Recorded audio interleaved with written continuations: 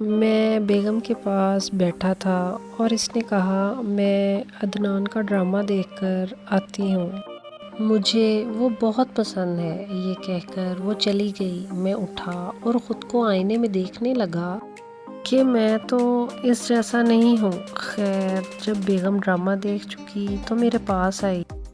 میں نے پوچھا عدنان میں ایسا کیا ہے جو مجھ میں نہیں؟ تو اس نے میرا چہرہ اپنے ہاتھوں میں لیا اور شرارت کرتے ہوئے بولی، وہ اپنی بیوی کی بات اس کے کہنے سے پہلے سمجھ جاتا ہے، اس کے چھوٹے بڑے کام کی تعریف کرتا ہے۔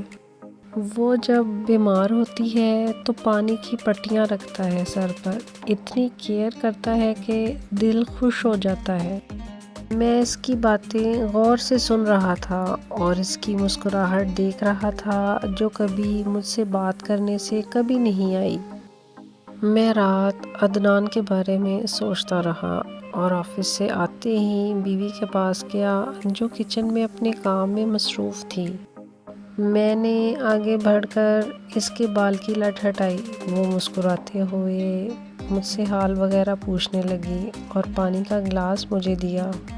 اس کے بعد رات کے کھانے کے بعد میں اسے باہر لے گیا۔ مجھے آج پہلی بار پتہ چلا کہ اسے آئس کریم بہت پسند ہے۔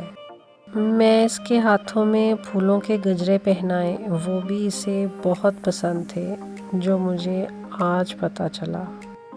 وہ انتہا کی خوش تھی۔ وہ دن گیا اور آج کا دن ہے۔ میری بیوی نے عدنان کا ڈرامہ دیکھنا چھوڑ دیا۔